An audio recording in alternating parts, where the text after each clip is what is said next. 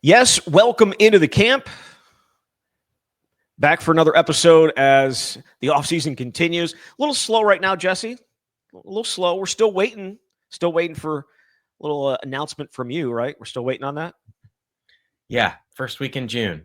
I'm very excited Okay. and eager to share. So we've got another few weeks to wait for that, but looking forward to hearing about that. We're going to get into some of what Luke Fickell told Pete Thamel. I know that there's been a lot of reaction within the fan base about some of the things that were said. We'll get into that, play a little overreaction or no, and clean up some things from the draft. A couple of questions that I missed on Blue Sky, so we'll be throwing those in here as well. But I think we do need to start, Jesse, with Pete Thamel's article. Really just a Q&A with Luke Fickell, and there was a number of quotes that stood out to me throughout this entire thing. But mostly it was identity that fits us. We have the identity that fits us, is what Luke Fickell said.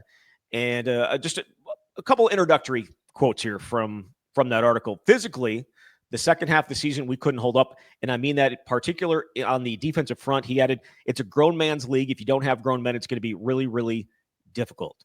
I feel like it's the identity that we need. It's not completely all the way old school back, but I think the idea of being more multiple and truly understanding what physicality first looks like is where we kind of came to, whether it was Coach Grimes' philosophy or his scheme or really just his personality. So he has laid out the identity. Is it a little alarming? And this isn't new stuff, right? We have talked about this a little bit. The fact that you're still searching for an identity and it's going into year 3. I think that is probably like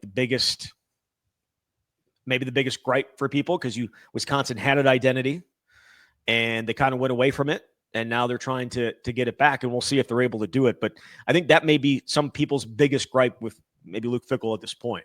Sure. There's a couple things I want to touch on based on what you said. First of all, most of what he addressed are all things we've heard before, certainly in some of the group settings this spring. When I met with him in his office in, I believe, February, a lot of the same stuff was said, especially about the defensive front. That's kind of been one of the key talking points all offseason about how, look what happened during that 5-game losing streak. There were a lot of things that didn't go well, but in particular, what stood out was that the defensive line wore down and they didn't have that level of physicality. And that is true. You can see the results on the field and you can see the changes they've attempted to implement. I went and looked at the guys who were playing. I think of the top 6 guys in the rotation a year ago, 2 of them were 300 plus pounds. And now you can see the average is significantly higher in terms of weight. They went and got multiple 300 plus pound defensive linemen. So there's that. The grown man's league, he said in the spring. I don't know why you wouldn't think that was the case, because you were coming into Big Ten football to begin with. But yes, the quote that you have in the chyron there, right, is the identity that fits us. And I think there's a couple schools of thought. First of all, yeah, it's taking you until year 3 to make that determination. If you want to look at it and give some grace here, it's, well, you came here, Wisconsin was not at the level it needed to be. You were brought in to create some change, and you tried to do something different. And at the time, the majority of people were very excited about what Phil Longo was going to bring, you and I included. Though I don't want to speak for you, I can certainly speak for myself. There's this air raid offense. He put up a lot of points at North Carolina, at Ole Miss. They're going to be up tempo. It's all these things we are not accustomed to seeing at Wisconsin. And obviously, it was a complete flop for the most part. The ReliaQuest Bowl is really the one game that I feel like you could say, oh, look at that, against decent competition. Sure, they won 3 games in a row last year, but those teams weren't very good. And now you see what you're trying to do here in year 3 are the things that work for Wisconsin. So if anything, you can say the first 2 years you experimented and you realize that those aren't the things that are going to work for a program like Wisconsin. So if you want to go and be super optimistic and say, give him credit for trying something different, you can do that. But you can also say, man, you're in year 3 now and you're just learning what works at Wisconsin, a place that for 30 plus years won a certain type of way. You shouldn't be in that spot. And should you be in that spot when you knew exactly what Wisconsin was when I shouldn't claimed to. Yeah, he claimed to. Perhaps not exactly everything that he thought it was when he got here. But it's not even just the scheme, though, right? It's a mentality, is what he has talked about. There's another quote from here. It was completely evident to me last year. It had nothing to do with system or the scheme that we did offensively, or the system or the scheme we worked defensively. It had more to do with a true mentality and a true overall makeup of your program. So then why did you change the offensive system if it wasn't the problem? And why are you definitely doing different things defensively if that wasn't the problem? I think that there were certainly size concerns up front defensively, there's no doubt. But there were obviously scheme deficiencies as well that they have tried to address. I don't necessarily buy that aspect of it. It's very clearly both. Obviously, the personnel, we can talk about the NFL draft, and like there's not very many guys that are pro level players right now at Wisconsin, where for so long they had that, and that was something that stood out. But you've made all these changes offensively. You brought in a completely different scheme and it did not work. And why did you make the change? Because it very clearly did not work. And if you want to say an identity that fits us, well, that also includes the scheme. But the mentality, that's the thing that's so difficult from afar to understand. And what we've addressed when Luke came here and said that he had an understanding of what the culture was, he had so much respect for Wisconsin from afar. Well, he had been at Ohio State 7-8 years earlier. He'd spent 7 years at Cincinnati, not even thinking about Wisconsin. And just because you think you understand something from afar doesn't mean once you get here, you necessarily know what you have. Mike Tressel talked about this too during his availability with reporters this spring. The biggest thing he was trying to implement was this mentality defensively that you had to have. But they go hand in hand to me. I mean, if you've got a successful system that people are confident in, that fit your personnel, then you probably have, at least I would think, the mindset that you need to go attack that because you've got the confidence. So it's also on the coaches to instill that mindset, especially when we're talking about this isn't year one where you inherited a group of players that weren't yours. Sure, there are still some of those guys, and there were some of those guys in year two, but you went to the transfer portal and you brought in freshmen, and like these were your guys, at least more than half of them. So certainly I think Luke Fickell has been willing to be introspective and willing to own his part in a lot of this, but you also have to own, well, if you say your guys didn't have the right mentality, whose fault is that? Absolutely. And there was another part on how the league has changed and how the environment, or I should say the landscape of college football has changed. This is another quote from Pete Thamel's article up on ESPN. Our league has changed. This landscape has changed. And unfortunately, we didn't change enough to put ourselves in a position that we've been relevant. And so for us to get back to being what Wisconsin was, not a winner of the West, but somebody that obviously is relevant year in and year out, that sets themselves apart with some of the ways in which they play. And they're not just trying to be maybe what everybody else is or what everybody else thinks a college football team and a top 10 college football team should look like. A little bit of a word salad there, but in terms of the fact that Wisconsin getting back to being relevant and the Big Ten West, they no longer play the Big Ten West, and that's completely accurate. That's fine, but you struggled mightily against the West teams not named Purdue and Northwestern. And again, you lost Northwestern in 2023. So you've struggled against the teams that Wisconsin has routinely beaten, especially this past season. When you lose to Iowa, you lose to Nebraska, you lose to Minnesota. Those are Big Ten West teams, right? A lot to unpack during that statement. And one thing that stands out to me is I like the general sentiment of what he's going for here, which is an acknowledgement, and he's been open about this all offseason, that Wisconsin football has not been relevant at the level that has mattered. Definitely not in the 2 years that he's been here. They're under 500. And look, they haven't really been relevant since the 2019 season when they went to the Rose Bowl and had a couple losses that they didn't want in the regular season, Illinois included. But at least you were playing for a Big Ten championship that season. That's really the last year Wisconsin was relevant on a national college football level. And so he's evaluated this program and is trying to understand what is it that Wisconsin can do to get to that point, because that's why he was brought here. The other part, though, is what I think definitely irks Badgers fans. And it's something that he said since last season, this idea of this isn't the Big Ten West anymore. He has said it every time you have a chance to talk to him, including when I talked to him in February. And I tried to make this point and parse it out with him because there's a part that's like, if you're a Badgers fan, it's insulting because you want to say it's not the Big Ten West, but you didn't even have a winning record against the Big Ten West a year ago. You got hammered and embarrassed against Iowa, Minnesota, and Nebraska. So if you want to say it's not the Big Ten West, you're not even good enough to win the West. But I think what he is getting at when he consistently makes those statements is like, even if you get to that point where you are the best team in the West, that's not good enough to get where you want to be. I mean, he said that he's needed to have a new level of transparency with his players when they got here in January to understand where they are, that we're not even at that level, essentially, is what he's trying to say. Like, we are not even the best in the West. We can't sit here and say that we're better than all these teams. But I just think that the wording of it is what irks Badgers fans, because it's like you're suggesting that if you were the best in the Big Ten West, that it would be different when you're not even close to that right now.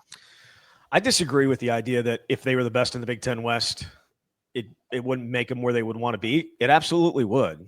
It would put them right near the top of the Big Ten and an opportunity to play in the college football playoff. I mean, if they were to beat the teams that they were that they didn't beat last year, right? Like if they had beaten Iowa, Minnesota, and Nebraska, that's 3 more wins. Obviously, you get to 8, so you're 8-4. And I look at the Oregon games and the Penn State games is kind of toss-ups. They were right there to be taken. So they would have put themselves in a very familiar spot to what Paul Chryst did on a regular basis, with an opportunity to win the West and beat an Ohio State or beat a Penn State or beat whoever it is to get in the college football playoff. And they had those opportunities. If they win the West, per se, the West, that doesn't exist anymore, but you beat the teams that were in it, and then you grab a win from one of the marquee opponents that are on your schedule, or 2, you put yourselves right where you need to be. So I don't know that I would necessarily disagree. I agree that if you winning the West wouldn't make you right near the top. Maybe this is a better way to put it. Because of what the Big Ten is now, you're not going to face the kind of schedule that they did when there was Big Ten West only. Like, you would play in Ohio State. And I remember, look, Joe Thomas talking about this last season about what it was like when he was playing. I know I've addressed this before, but he'd say you'd have your normal schedule. Maybe you'd have 2 hard games, and that would be a real difficult year if you had Penn State and Ohio State on the same schedule. That's not what it's like anymore. So you have to understand, and this speaks to the changing landscape of the Big Ten, that the schedule you're going to face most years is much harder, and you have to be in a position where you're at a level that's better than what you were to put yourself in position to be a potential playoff team. But I understand what you're saying. Obviously, if they were winning all the games that they were supposed to or did for a decade plus, then you'd only need that one big upset. It's just they've fallen so far that it feels so difficult to believe that they're going to be able to do that even in year 3, though like a bowl game isn't certainly not an impossibility. It's just you didn't come here to go 6-6 or 7-5. You didn't. And there's been some schedule talk as well in various places here in the offseason. And I know there's been a lot of discussion, like, because the schedule last year, at least on paper, was quite tough. But if you put it up against some of the other schedules that Wisconsin's played in the past, it doesn't really necessarily even match up to what they had to play in 2016, what they had to play in 2019, what they had to play in 2021. Those schedules were all, at least according to team rankings, and this is all pre-Big Ten championship game and postseason, because obviously this past year Wisconsin didn't do that. So I wanted to match them up regular season for regular season. And those 3 far outweigh anything that they faced last year, which is kind of, I mean, I don't know about this year.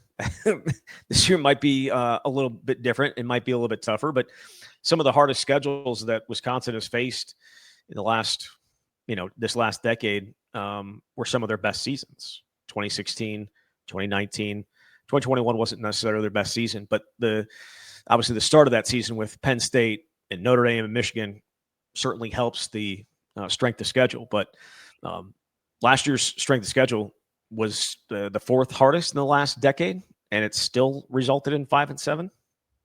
It shows you how far away this team and this program is right now. And there's a lot that Wisconsin has to figure out. But to come back to the main point is, if you have an understanding of what your identity is and you feel like you have the personnel that better fit, that's going to put you in the best position to succeed moving forward. But yeah, I mean, it's kind of crazy to think about some of these years and what Wisconsin was able to do. 2016 certainly comes to mind. That was the LSU Lambeau game, right? It was. And And then again, obviously they open the year with the Michigan, Ohio State and lose them. And I think they're 1-2 in league play, or 0-2, they were 1-2, they were 1-2. 1-2 because they beat Michigan. They went to Michigan State. Michigan State. So they played like a bunch of top 10 teams to start Oh, the right. year. And they Michigan weren't good. State out. Yeah. LSU didn't end up being as good as they were supposed to be, but they actually finished okay. I think they finished in the top 15. Then you had Michigan State, who was the top 10 team, was absolutely horrible that year, ended up being horrible. But Michigan and Ohio State were pretty darn good. But yeah, that 2016 schedule is right below the 2019 schedule. I mean, 2019, you played Ohio State, you played Minnesota, who was a top 10 team. You had Michigan earlier in the year as well. Like there's some really, really good teams. But that 2016, at least on paper going into the season, was as daunting as anything that they potentially would have faced. But if you look at Paul Chryst, like his first 4 years scheduled before the postseason, where they got some significant bumps, specifically in 2017. But in the regular season, 2015, 59th in the country. 2016, 5th. 2017, 45th. And 2018, 36th. And then it was top 10 the next 3 years. But those first 4 years weren't necessarily at murderer's row for Paul Chryst. And again, the 2017 team, it went from 45th at this point, like before the Big Ten championship game and before the Orange Bowl, to I think 15th in the country. Like those two teams just pushed their strength of schedule up. Here's the other thing that I would come back to, though, and maybe it's obvious, but talent level. Look where a lot of those players ended up. Obviously, in 2019, you have one of the best running backs in the history of college football, and Jonathan Taylor, and Jack Cohn that year's statistically the best quarterback Wisconsin's had in a single season since Russell Wilson. Defensively, you got guys who are in the NFL now, and Wisconsin doesn't have that now. So there's a lot of factors that go into that. Identifying personnel, putting them in a scheme to succeed. It doesn't hurt when you've got Jim Leonard running the defense and you've got multiple Doak Walker, two-time Doak Walker award-winning running back. But having talent, we're seeing these last couple of years. It's not that there aren't individually talented players, but collectively, they just have not been good enough. And it's even harder now to develop in a portal era. But that's every team's facing that. Yeah. And part of the article, Luke did say, we had to change a little bit of how we view things. And it's still, I mean, you want to build from within, but you also have to be realistic. You have to get grown men, as you said before. But I wonder if if we could go back a couple years and you get Tanner Mordecai for a full season, you get Tyler Van Dyke for a full season. Are those two huge what ifs? And are we judging this program differently? I mean, I don't know that Tyler Van Dyke showed anything in those first 2 games and 5 passes that would suggest that he was going to be the biggest difference maker. But I definitely think he would have been better than Braden Locke. And I think in that situation, maybe you win one of those maybe you win the Penn State game, maybe you win the Oregon game. Maybe if you're winning those games, maybe the hangover doesn't roll into the next week when you're playing at Iowa or at Nebraska, or home to Minnesota. Those were huge games, and I remember we talked to Jake Chaney about that after the game. Never won a big game in my entire career here, and they still had 2 games to go against, what you could consider rivals for Wisconsin, 2 trophy games. So the view of how this, the view of some of these Big Ten West teams is not the same view as a Penn State or an Oregon, and that's obvious. But is it the biggest what if? The lack of quarterback, the lack of a starting quarterback? Yeah, I think it's reasonable. I certainly believe Wisconsin is better than 12-13 the last 2 years if those quarterbacks are healthy the entire season. Having said that, I'm not going to sit here and say that they were the difference between getting where Wisconsin was and getting them to whatever that next level was. There's a middle ground there. I do think, though, the offense didn't look particularly good early in the Phil Longo era. And think about what happened in the first half against Iowa, which had very good defense. But before Tanner Mordecai got hurt, Badgers hadn't scored. Now, do I think they beat a team like Indiana? I'd like to Yes. think so. And Braden Locke as a starter was under 500. So I don't know what it would have looked like last season with Tyler Van Dyke. It's harder to project because he played 2 games in one series, whereas with Tanner Mordecai, he played, he got hurt, he missed a month, and then he came back. Best case scenario, you saw what he did against LSU in the ReliaQuest Bowl. But yes, I mean, if you want to ask what the single biggest what if is, it's probably whether you have healthy quarterbacks. I don't know that you can say like, what if Phil Longo's offense worked, or what if you hired a different offensive coordinator? I think we have to base it on what feels more realistic. I mean, you brought those quarterbacks in, they were starters, they were playing, and then they got hurt. So definitely, would the conversation be different if Wisconsin was like 16-11? My math isn't very good. 15-10, I guess, instead of 12-13. So 8-5 and 8-5, or what? I mean, well, obviously They go 16 you and get 10 to a bowl.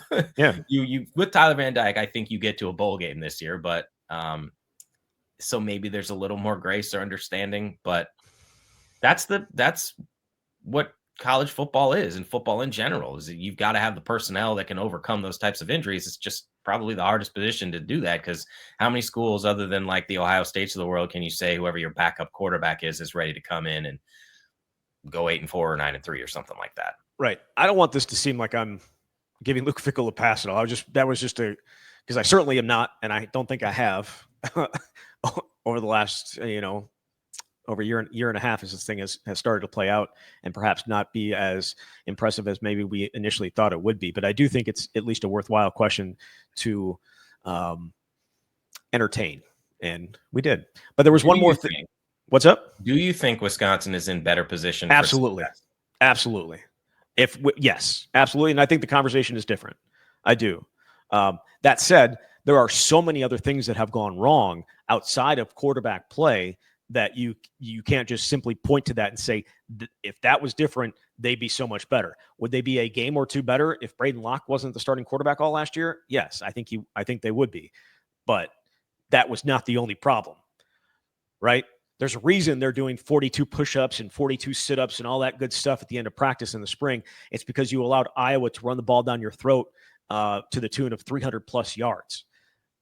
That had a lot to do with their inability to win games last year. Couldn't stop the run. It was embarrassing. I think if you're a Wisconsin fan, it was embarrassing because you used to do that to everybody, right? Like you used to be the team that did that it embarrassed the likes of Nebraska and the likes of Minnesota and sometimes Iowa. They've always been better against the run than others, but got embarrassed. So while I think they would be better than they were, far, far, far from the only issues that they faced these first couple of years. Can I ask you a follow-up, Zach? Do you think Wisconsin is in a better position to succeed now?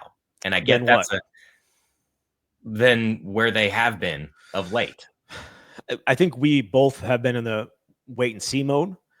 I think that they have done what they could to address their issues from last year, right? They could not stop the run.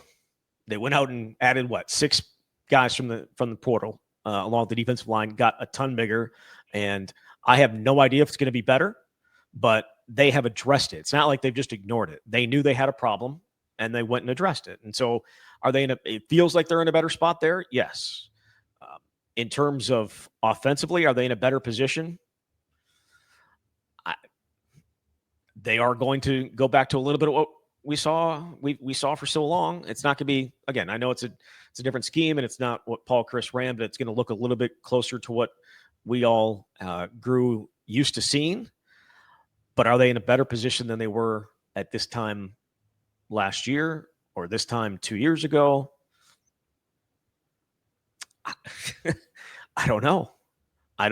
That's tougher for me on offense than it is on defense. They addressed the places they need to on defense. I don't know if they've fixed the offense yet, and I don't know that that's something we're going to find out very early in the season, because it's not really going to matter what they do against the Miami of Ohio, and it's going to matter what they do against Alabama. It's going to matter what they do against Iowa. It's going to matter what they do against Big Ten teams. So, do you think they're in a better spot offensively than they were these past 2 years? Well, it's all speculative until we see the games, but I'd like to think so, because this is the type of thing that Wisconsin has at least put on paper in years past can be successful. And for as much excitement as the last 2 years brought, it was a great unknown because it had never really been done here. But it's a different team, a different group of guys. So ultimately, yes, the scheme is important. And you have to combine that with, do they have the talent to consistently be able to match up with some of these really good defenses? I think there are individual spots, but there's no real way to know. I mean, think about these best offenses Wisconsin has had. Who did they have at running back? Guys who ended up being legendary for various reasons, whether the statistical output was just so overwhelming or you remember them because they were a part of a turnaround. I don't know what Wisconsin has talent on, certainly with some of those young guys, but they haven't proven it. And so that's just one position I look at, and there's so many others. It was crazy seeing that. I know maybe we talked about it last week after the draft, seeing the picture of all the running backs, Jonathan Taylor, James White, Melvin Gordon, Monte Ball, all in the same room, all, three of them in the top 8 all-time Big Ten rushers, and then you've got James White, who was 22nd. But just going and telling stories, and I think it was the Green Light Pod with Bo Allen and I think Chris Long. Some interesting stories, some fun stories if you're looking for something to listen to here in the offseason. But do they have one of those guys on this team right now? I don't know that. I don't think so. But we didn't know about Melvin until he hit the field. We didn't know that Monte Ball was going to be what he was. He was nearly transferring as a sophomore. He was I shouldn't even say transferring, moving to linebacker. Like he was like a week away from moving to linebacker before that Iowa game. And obviously Jonathan Taylor came in and was 5th string on the depth chart when we left practice in 2017. And by the start of the season, he was holy crap. So, and James White was honestly, of all 3 guys, was the one that came. I mean, you knew very early on that he was going to be special. And obviously Jonathan Taylor when he got towards the start of the season, but like in fall camp, even James White was like, he was going to play. He was going to have a role. And you knew that even with John Clay being on the roster and Monte Ball being on the roster, you knew James White was going to be, and he turned out to be one of the best. So do they have one of those guys on here? Maybe. I guess we'll find out. There's some talent in the backfield. I'll say that. Yeah, right. Darian Dupree and Dylan Jones. There's a lot to be excited about. Dylan Jones could end up being that guy. It's funny with Jonathan Taylor. I remember being asked about him about 2 weeks into fall camp that 2017 year. And I was like, what are you talking about? We had not seen him at all. So you never know what's going to happen. And of course, this comes back to the offensive line too, is can these guys be dominant? And if they're not, how close can they get to whatever that ceiling is? We think there are at least a couple NFL guys.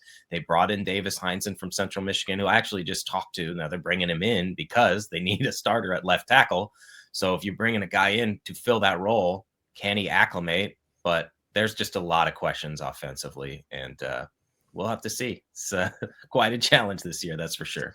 Yeah, I think I've told the story about 1 million times, but Taiwan Deal holds a place in both Dare Ogunbowale and Jonathan Taylor's stories at Wisconsin, because injuries in 2014 led them to moving Dare from defensive back to running back, and it has turned into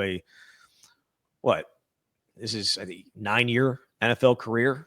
I don't know that happens on defense, and certainly injuries in preseason camp of 2017 also led to Jonathan Taylor moving up the depth chart. Now, in Jonathan Taylor, I don't think Dare Ogunbowale ever ends up being a running back if Taiwan Deal doesn't get hurt.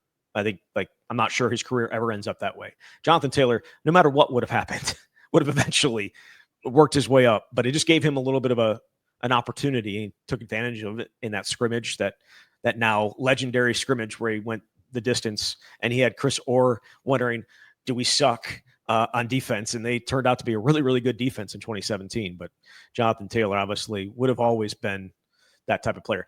Last thing from the Pete Thamel, this is actually quarterback wise. He's talking about Fickle was talking about Billy Edwards Jr. He said, I think first walking in the door, we handed over the keys to him different than any of the times before. When a new guy came in, it was more like, hey, let's compete, knowing what you expected, whether it was Tanner Mordecai or Tyler Van Dyke. But I thought that was a mistake from us in those 2 years.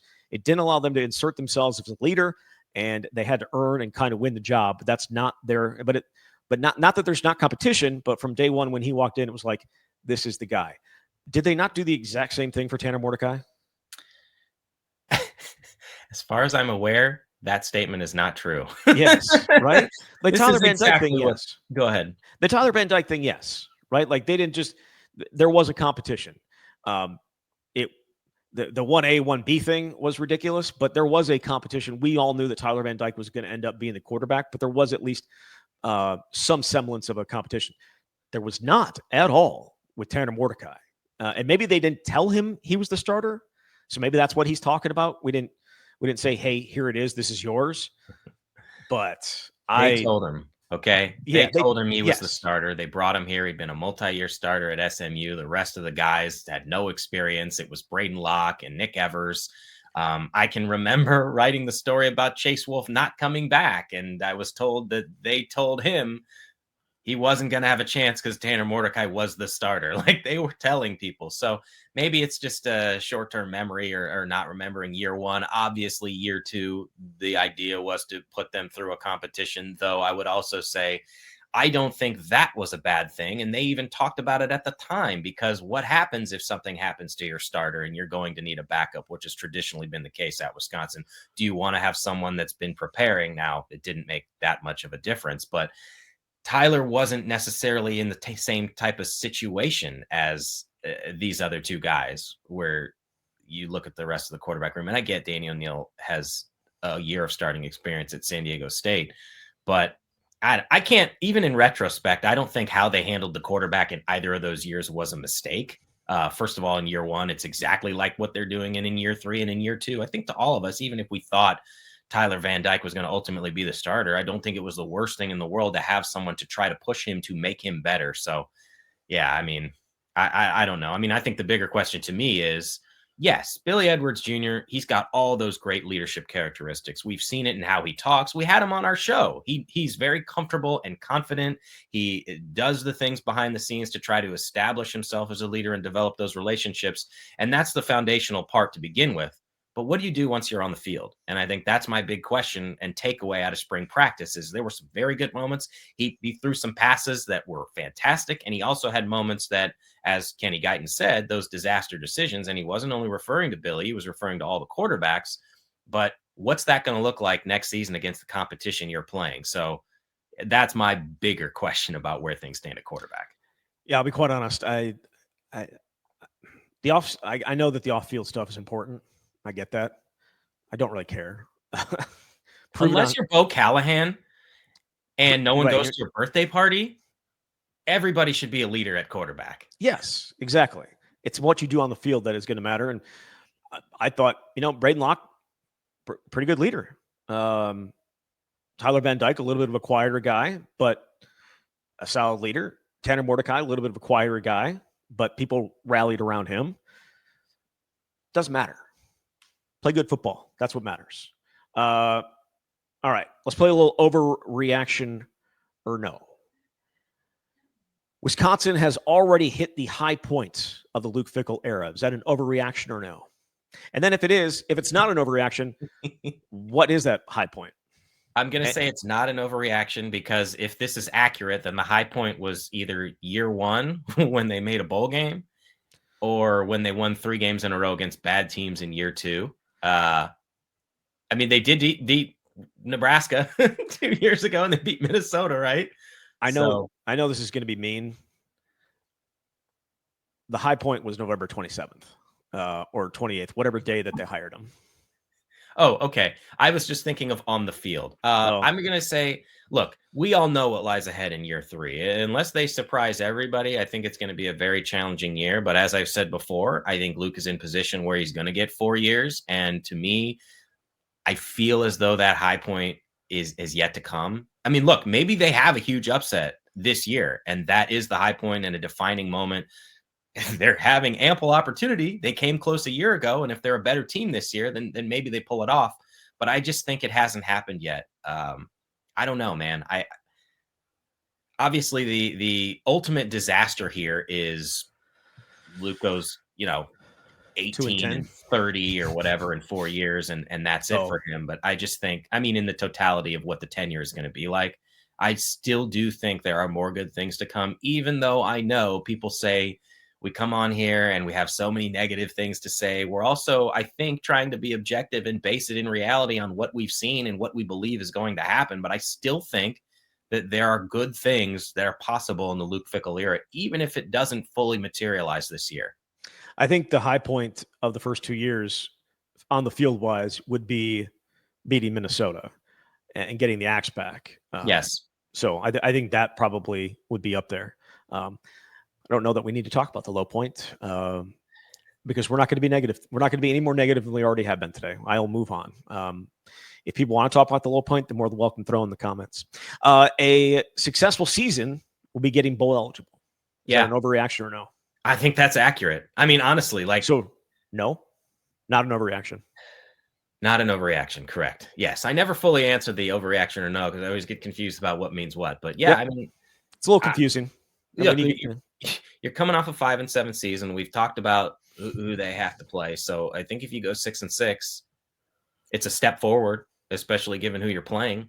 But I can't imagine that expectations are substantially higher than that. If you're a realist, maybe you say, oh, can you figure out a way to go 7-5? If you go 8-4 against this schedule, you might not be coach of the year in the Big Ten, but certainly you've done something right this year, I think, based on who you have to play. And maybe I'm overestimating a lot of these teams. I mean, look, Indiana went to the college football playoff. It's not that same team this year. Maybe Iowa won't be that good. I think you look at overall, and there are potentially a half dozen teams that have a chance to go to the college football playoff on the schedule. Yes, and Wisconsin has not beaten a ranked team since 2021. Correct. So they've beaten 3 teams that finished the season with a winning record under Luke Fickell, as I've said before. Rutgers twice. Those weren't good Rutgers teams, and South Dakota in the FCS. Yay. At least one of the 8 true freshmen that weren't a part of spring practice will find a key role this fall. And I will read off the list of guys that have not yet arrived. Thank you. I was going to get up and go grab it, but now I don't have to. But I feel like it's probably an easy – I mean, this is probably not an overreaction, but I'll throw some names at you. Mason Posa, Cam Clark, Logan Powell. Those are 2 offensive linemen. Defensive lineman Jalen Williams, cornerback Jamari Washington, defensive lineman Drayden Pavey, tight end Nizzy Davis, and linebacker Samuel Leteju. How do you pronounce it? I'm going to say Leteju. I think that's what it is. All right, Leteju. So those 8 guys are going to be coming on campus here in the summer. At least one of them will find a key role this fall. And I don't know what key role means, but I'll let you define it. Well, I think there's a good opportunity to compete on special teams. The 2 deep is what's more challenging here because you're competing against other guys in your class who have had the 15 spring practices. Here's what I'll say. I think the guy that excites me most in this class, or is one of the most exciting, is absolutely Mason Posa. I know I've talked about him before. He just gives me that Leo Chanel, Nick Herbig vibe when you watch the film. Like I've been watching this film recently, actually, for just to see what he's got. And he had a play off the edge where he batted a ball in the air in the backfield and fell on his butt and caught it for an interception. Just blows up so many plays. And obviously he's a 4-time state wrestling champion. The dude won a heavyweight wrestling title while wrestling at 206 pounds against guys who were 50 pounds heavier. And he didn't move until heavyweight until the tournament before state, or 2 tournaments before state. That's ridiculous. It's just that there's so many other linebackers. And that's the challenge here, is having never seen these guys compete in a practice, you don't know how quickly they're going to acclimate and how many bodies they're going to have to leap to get into the 2 deep. So I'm not going to rule it out. I just think it's a significant challenge to overcome with a lot of those guys. But Mason Posa, I'd put at the top of the list. Yeah. I don't know that they're – I mean, if they hadn't gone out and added a ton of defensive linemen, maybe one of the 2 defensive linemen, Drayden Pavey or Jalen Williams, would find a spot. But they went and added a bunch of guys. So I feel like it might be a little bit tough for them to find a way on. The offensive linemen, I mean, obviously they brought in a guy who they want to start at left tackle out of the transfer portal.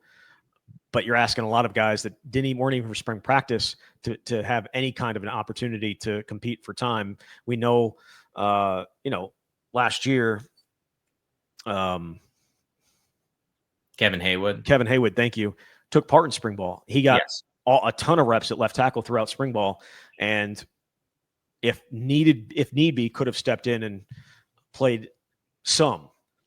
These guys haven't had any. And so I think you'd be asking a lot of either of the offensive linemen to step in. Jamari Washington, the corner, we know that they added some other corners, young corners that played well in the spring. There's not a ton of bodies there, but so maybe. But I don't look at any. I don't look at any of those guys and say screaming, or they none of those names like scream at me. Key role this fall, maybe outside of Mason Posa. Jalen Williams is another real interesting one just because of the body type. I mean, we've seen what they've tried to do defensively, and there's a guy who can fit in as an edge because the dude is 6'6". What is he listed at like 6'6", 245? And his body type was such that Luke Fickell was talking about that is the change they want to see defensively. But again, it's asking an awful lot of someone to come here and in fall camp impress enough in a few weeks to leapfrog a lot of other guys. And when you factor in the transfer portal guys they got, they're not bringing them in to sit. Like Corey Walker is going to play a ton. I think Michael Garner certainly is going to be a factor there. And you've got other players like Sebastian Cheeks, Tyrese Fearbury, different body types, but there's only so many snaps to go around. So I think that's the biggest challenge. I do think, though, you look overall, the talent that they brought in these last two classes has to be exciting. Agreed. All right, let's finish up with a few more odds and ends here that, again, I'm blue sky that I missed last week when we were talking about the draft. We might have talked about this. I remember talking about it with somebody. I can't remember exactly where it was talked about. Probably not with you. At what point does the decline in draft performance start to hurt Wisconsin's recruiting efforts? I think we did talk about this. Okay. Well, that's a very real thing here because of all the guys who come to Wisconsin and cite other guys who took a path that went to the NFL. Even Mason Posa, like Wisconsin should have no business getting a guy from New Mexico. They never signed a kid from New Mexico in the online recruiting ranking era, and he picked Wisconsin over Texas A&M and Oregon. And there are a number of reasons why he ended up liking this place. Had a very good relationship with Max Steinecker, Mike Tressel, Luke Fickell, all the wrestling background, but didn't know anything about Wisconsin. Starts doing the research. Oh, look at that. Andrew Van Ginkel, Zach Bond. Those are two guys he cited by name. You can look at the bio that they gave us in December on the signing period and who's his favorite Badger, and it's TJ Watt. Well, those are all guys who transformed into great college players and went to the NFL. And at a certain point, I do think that if you go years and that position group hasn't had anybody, you might be ruling yourself out of some top-level guys. On the other hand, I will come back to this is still Wisconsin. It's a Big Ten program. You can get compensated well. If you play well, you can put yourself in position to go pro. But I think there are a lot of guys when they initially don't know anything about this program and they're starting to do their research. It's appealing when you see guys have taken your path in recent history and I can follow in those footsteps. Yeah, I would agree with that. Maybe we didn't talk about. I think we did talk about that. Will a wide receiver on the current roster get drafted higher than what Chimere Dike went? He went 103 overall. Is there any wide receiver on this roster that could potentially get drafted higher than that? I'm going to say that does not happen. But Vinny Anthony, I just think his trajectory, if he has another really good year, why can't he be that guy? I realize Wisconsin hasn't had a ton of them, but he had a very good year a year ago. It's hard to know what the numbers are going to look like in a year like this because that's part of the challenge is, well, what's the run pass ratio going to be? How many opportunities is Vinny going to get? And we're coming off a spring where he didn't get as many because they didn't necessarily need to know what he had because they saw it last year. He'd be the guy that I think has a chance because the rest of them are, other than what we saw a little bit out of Trechka Kahuna last season, and obviously he was hurt all spring, a lot of unknowns. Jaden Ballard has 11 career catches. Like, I just don't see a lot of the other wide receivers in that group as top 100 NFL draft pick potential right now. So I'm looking at all-time wide receivers drafted, Wisconsin wide receivers drafted. Only 5 of them have gone above where DK went. Al Toon back in 85, Lee Evans in 2004. Both of them were first-round picks. You had Tony Simmons go in the second round, and Chris Chambers go in the second round 3 years apart, late 90s, early 2000s. Then Brandon Williams went in the third round to San Francisco in 2006. Other than that, everything was below that. Donald Hayes, Nick Toon, Cephas, Jonathan Orr, Aberderis, Lita Ramus, Paul Hubbard, and Al Hanna. Those are all the wide receivers that were drafted. And I don't know that when I look at this roster that there is. Vinny Anthony might. We'll see speed wise. Like if he just tears it up, then there might be a chance for him. But I don't think so. Yeah. I don't think that's going to happen. But if I have to pick somebody, it's got to be Vinny because he's got the productivity. And I mean, he's got a lot of speed. 3-time state track champion in Kentucky. Like that stuff doesn't go away even if you get bigger. Like you're still working on your speed too. Right. And we haven't seen Hilton Jr. play yet. Right. So like, I'm not going to sit here and really say, like him. Right. But I can't sit here and say that he's going to get drafted. I haven't seen him on the field yet. So it's a little bit tough. Last thing here, USA Today put out, or I should say the Big Ten, USA Today put out numbers from the Big Ten in terms of revenue from this past year. $928 million in revenue for the fiscal year 2024. That's up 5.5% from the year prior. $63.2 million to each school. That's up 4.3%. Expected to go between 1.2 and 1.4 billion in this fiscal year. Per school should be around $75 million. And I can't imagine why teams want to get into the Big Ten. It doesn't really make any sense to me. Yeah, well, it's all about the Benjamins, baby. It is. The SEC was second, $840 million in total revenue. Per school, $52.5 million. So you're saying they have enough to directly pay the players this year? Is that what you're saying? Well, yes, but also have to then pay, still have to support every other program as well, right? Well, it's $20.5 million among all the sports. Right. But I'm talking about not necessarily paying the players. I'm talking about supporting the rest of the other programs and like paying for them to actually exist. Oh, yes. Which I think they'll be okay. Right. Well, we'll see. We'll see.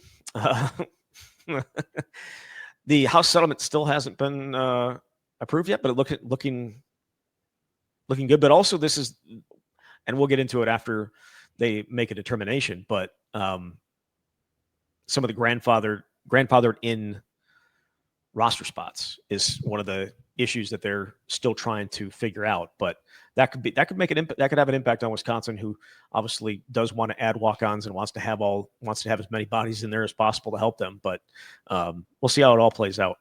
Jesse, thank you very much. Thanks, Zach. All right, there he is, Jesse Temple. You've been listening to The Camp.